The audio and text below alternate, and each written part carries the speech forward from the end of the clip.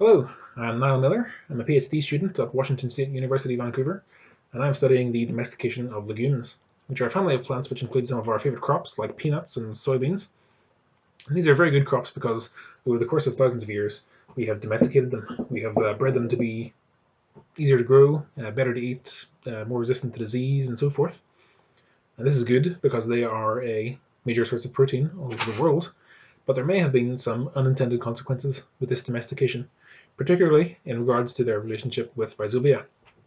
Now, rhizobia are a kind of bacteria which live in the roots of legumes, like this chickpea here. They live in their roots and they allow the plants to take nitrogen straight from the atmosphere in exchange for some sugar, which they make using sunlight. Now, this is a big advantage for legumes because nitrogen is a limited resource and other plants can't do this. However, if we grow our plants under intensive agricultural conditions and we give them lots of fertilizer, then this is a free source of nitrogen. And the plants then don't need to pay their rhizobia to get nitrogen when they can just take it up for free from the soil. And this can cause them to stop the symbiosis and just rely on the fertilizer instead. Now, this is a problem because we don't want our plants to be reliant on fertilizer, because fertilizer is it's very expensive and environmentally damaging to produce. Making it requires lots of fossil fuels, so it contributes to climate change. And whenever it runs off of fields, it can get into water and it can kill off fish and have all sorts of widespread negative effects. So it would be very beneficial to reduce our plants' dependence on fertilizer. Now, one way to do this might be by looking at their wild relatives, because their wild relatives have not been grown under these high nitrogen conditions.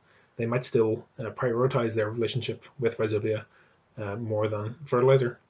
So to find this out, I'm growing plants like chickpeas and peanuts.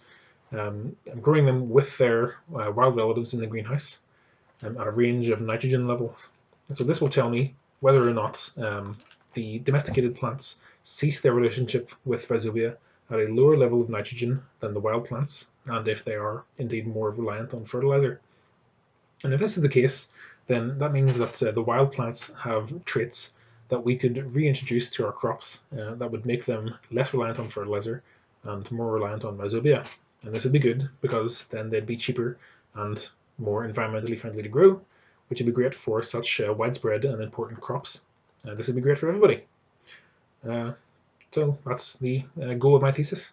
So thanks for listening and have a great day.